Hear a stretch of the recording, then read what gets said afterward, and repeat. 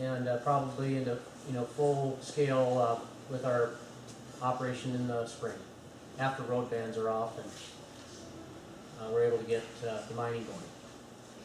Somebody asked if we would make our PowerPoint presentation and the information that we've shared with you tonight available. And most of what we're showing you tonight will be available on our website, so if you want to go to that, you're welcome to do that. Does that include the maps from Summit Enviro Solutions? Yeah, I think so. Most of them are on there. In our 135 permit. Yeah, that's It's part of public. Yeah, it's in our 135 permit is public as well. So, did you ask that? All right. I guess we have a couple more questions. So, Well, this here was a major question. Thanks, Jeff, for that. It says, ask Gaylord Olson to explain the difference between the zoning petition and the conditional use permit. That way everybody's clear in the room of the different steps of the approval process. I'm Gaylord Olson. I work for the Land Conservation Department here in Jackson County. I am not the zoning administrator, but I have been through this process with a number of different operations. The company's request is a two-step process, and their first request is to ask for a rezoning. The rezoning has to be granted to get into the more specifics about what the operation will entail. I have never seen, and I just want to tell you, I've never seen this much detail being given to any audience of all the rezoning requests we've had for frac sand mining or any other type of operation. This is highly unusual. I'm not saying that it's a good thing to have, but the first step they have to have is a rezone. That is what the town board has to vote on. If they want the request to go through, they can say yes, and then it goes to the zoning committee. Right now, the zoning committee has heard that the town voted in August no. So if that would change, then the county zoning committee would end up hearing the zoning change request in September. Then that could be forwarded on to the county board. That does not give them the right to start. The next step is that the company has to come back to the town and probably the planning commission and now start discussing your hours of operation. They have to go through the reclamation plan. All of this is all conditions that the town board has the ability to put on the company. And normally, hopefully it's a negotiation that the company says this is what we'd like to see. The town says this is what we would like to see. This is what we're hearing from the citizens. This is a very simple operation compared to most of the frac sand mines that I've seen. But anyway, those are the negotiations and discussions that take part. And then also then, so the zoning conditional use permit has to come through the town board. So there's another vote by the town board. Is this something that we want to have happen? And there can be very specific conditions upon the approval of that conditional use permit. Those conditions are then given to the county zoning committee. The county zoning committee could also ask for conditions to be placed on the company. And so it's a two-step process.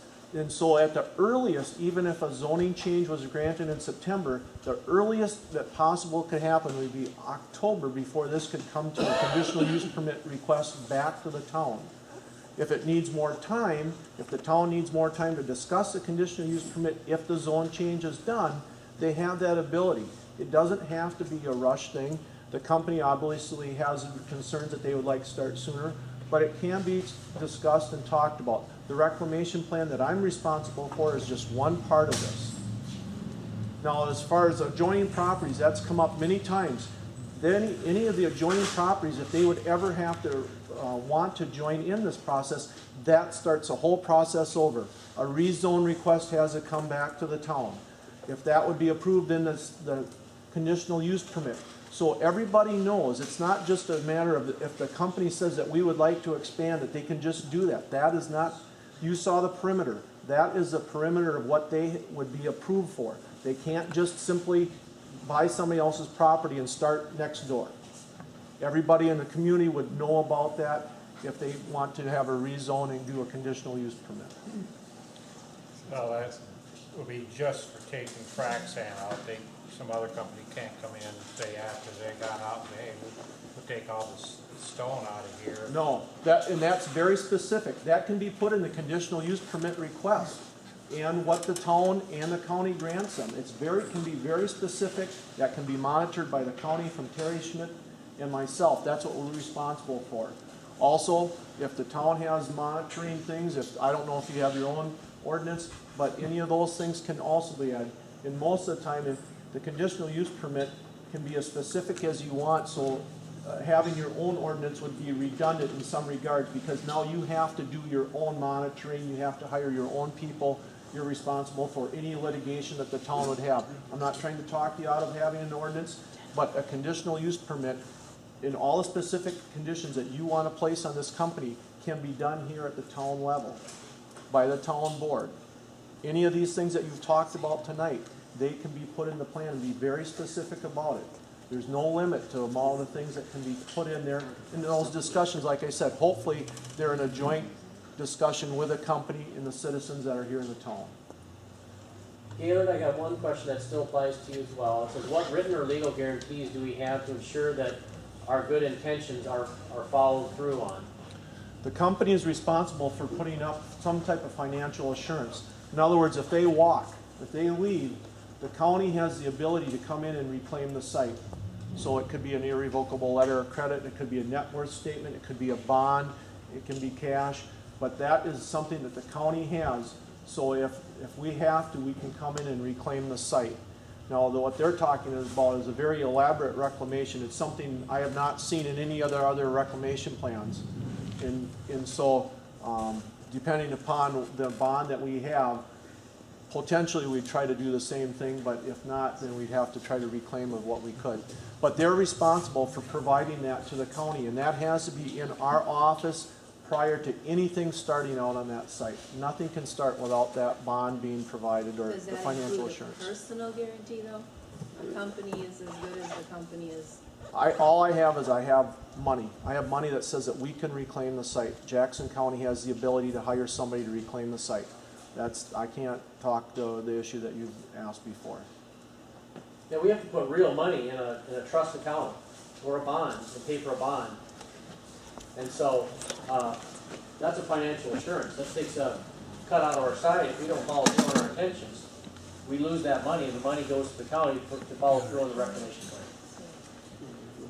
I have another question here.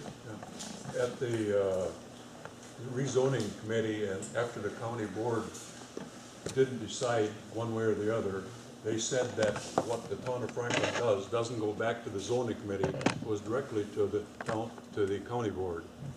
And you said it goes back to the zoning committee. Well, that could be. I was not at the county board meeting, so you were there. And typically, from my understanding, it would go back to the zoning committee if there was a change or a change of the stance of the town of Franklin board. That was my understanding, but I was not at the meeting, Bob, so. I don't know which is correct, but there's a discrepancy, so it doesn't matter.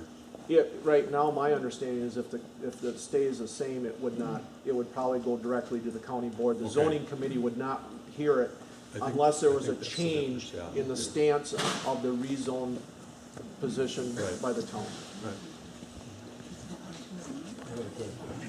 Merlin? We just put together an agreement with mining, with these type of things on the highway department. I serve on the highway committee on the county board.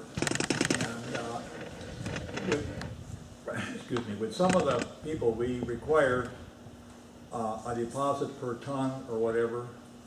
So if the roads get beat up, they have to put them back in the condition they were when they started. That is another thing that the county highway department has a highway use policy, and they would be responsible for that. Basically, what the highway use policies is well, 4 or 5 pages that states what the county highway has the ability on the records to do already.